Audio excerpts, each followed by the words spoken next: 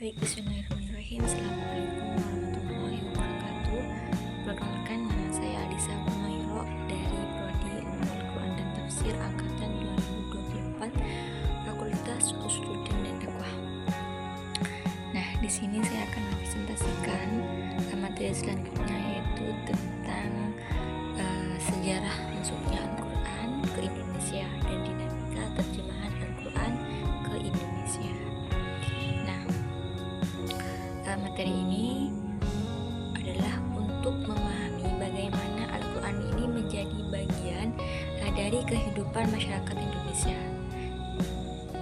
dari proses awal penyebaran Islam hingga pembentukan lembaga penerjemah.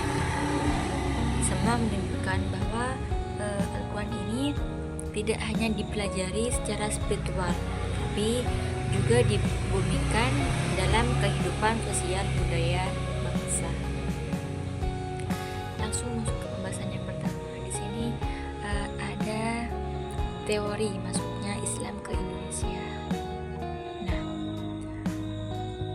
seperti yang di PT tadi, bahwa 4 teori ini menunjukkan bahwa Islam tidak masuk melalui satu jalur saja. Setiap teori punya bukti historis dan budaya yang memperkaya sejarah Islam di Indonesia. Seperti yang pertama, teori Arab atau Mekah, yang kedua teori Gujarat, dan yang ketiga teori Persia, yang terakhir teori Cina. Nah, pembahasan selanjutnya yaitu penulisan Al-Quran di Indonesia. Penulisan mushaf ini menunjukkan bagaimana kecintaan umat Islam di Indonesia terhadap Al-Quran sudah ada sejak masa awal kerajaan Islam. Nah, penyalinan ini dilakukan dengan tangan sebelum teknologi cetak masuk ke Nusantara. Nah, untuk pembahasan yang selanjutnya yaitu sejarah percetakan Al-Quran. Kan sudah dijelaskan bahwa cetakan pertama ini dilakukan oleh Haji Muhammad Azhari, Palembang, tahun 1848. Nah, dengan adanya percetakan ini, mushaf Al-Quran menjadi lebih mudah diakses masyarakat. Pemerintah kemudian membentuk lembaga resmi untuk meneliti dan memeriksa agar tidak ada kesalahan dalam cetakan. Nah, pembahasan selanjutnya yaitu mushaf Al-Quran kontemporer.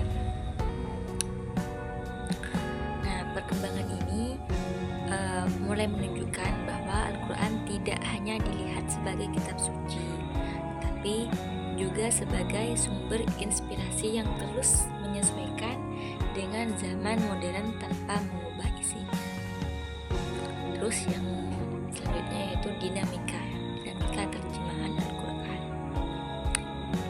Nah, Abdul Rauf ini menjadi pelopor penerjemahan Al-Quran di Nusantara. Karya beliau menjadi jembatan antara ulama Timur Tengah dan masyarakat lokal. Kemudian pemerintah melanjutkan upaya ini agar seluruh umat Islam bisa memahami isi Al-Quran. Kemudian ada penyempurnaan terjemahan.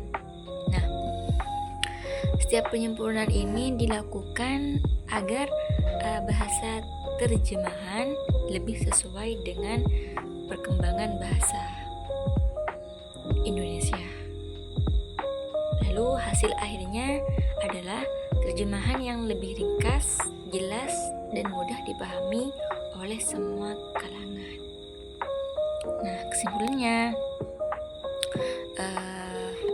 sejarah Al-Quran di Indonesia ini menunjukkan proses panjang yang menggabungkan nilai agama, budaya, dan teknologi, dari manuskrip ke digital. Semuanya bertujuan agar Al-Quran tetap dekat dengan masyarakat Indonesia. Mungkin hanya ini yang bisa saya sampaikan, kurang lebihnya